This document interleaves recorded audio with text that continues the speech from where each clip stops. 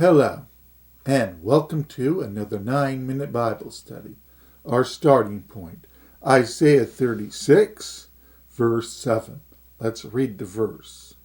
But if thou say to me, the me is going to be the Rabshakeh, the spokesman for the kingdom of Assyria, who has invaded the two southern tribes of Judah. Thou would be Hezekiah, king of Judah, and the people inside Jerusalem. The Assyrians want to destroy Jerusalem brick by brick. They want to destroy the temple of the Lord inside the people, and they want to kill as many of the people as possible. This is the goal of the enemy. Now, what do we see? If you say to me, we trust in the Lord our God. And the people did trust in the Lord their God. Is it not he whose high places and whose altar Hezekiah hath taken away, and said to Judah and Jerusalem, ye shall worship before this altar? What the Rabshakeh, the spokesman, is saying is, in the days of King Ahaz, when you were worshiping idols, those were your gods. Now look what happened to you when you turned to the Lord. Forget that 14 years of prosperity. You're going to die at the hands of the Assyrians now, because your false gods are coming to avenge themselves. Now, what are those outside the church in this age, what are they saying to us, honestly? They're saying that we should not be trusting in the Lord our God. Why? Because it's all of the old ancient gods. Or it's all of the false ways that we used to try to take part in. They are the truth, and we need to follow them. Of course, we know that isn't true. And in good times, it's easy to stand up against that. In bad times, now that's going to be a little bit more difficult. This is why we have the Holy Spirit inside of us to help us stand in the bad times. The enemy will try to shake our joy and shake our faith. But guess what? When the Spirit is inside of us, we got something to rely on. Here is something important for all of us to understand. When going through rough situations, don't look at things in the natural. Look at things in the spiritual. But can we do that? The Spirit is inside of you.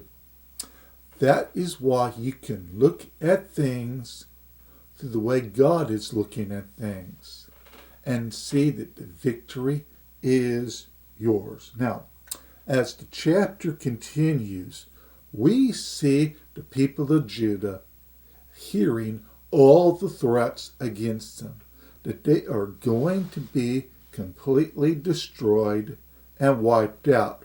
Verse 15, toward the end of the chapter. Neither let Hezekiah make you trust in the Lord, saying, the Lord will surely deliver us. This city shall not be delivered into the hands of the kings of Assyria. Now, let's understand this. Who is the Lord our God? God the Father. Who is our King? Jesus. Who is the one they're threatening? Our God and Jesus. Now, yes, we will be the ones that will attack, because they usually can't attack God, and they definitely can't attack Jesus right now. They will attack us, however. Understand who they are saying. They are saying that they cannot deliver us from the hands of the enemy.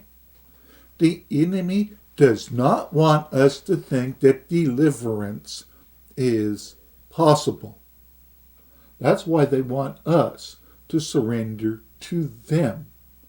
We need to keep this in the back of our mind. We will be delivered.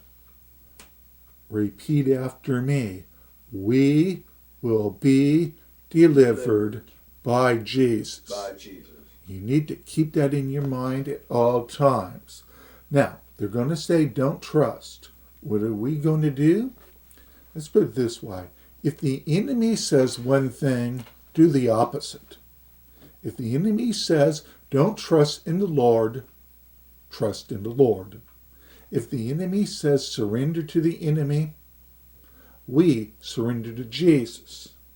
We do the opposite of what the enemy tells us. And if we do that, we should be on the right side. Now, let's go ahead and skip ahead to chapter 37. At the beginning of chapter 37, Hezekiah hears firsthand what the Assyrian spokesman told the people. Now, Hezekiah is a type of what? Throughout all of this, he has been a type of our King Jesus. Now, what is our King doing for us? He's going to be doing what Hezekiah is about to do in chapter 37. That is, to make intercession on behalf of the people and the nation. Who is our intercessor? Our intercessor is Jesus. What is Jesus doing? He is pleading our case and the case of the church against our enemy.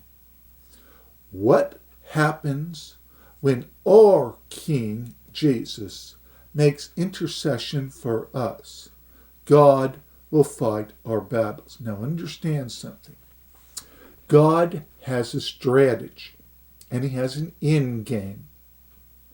What he is doing now, he is getting the enemy set up for their ultimate defeat. And that's what's happening through the rest of this church age.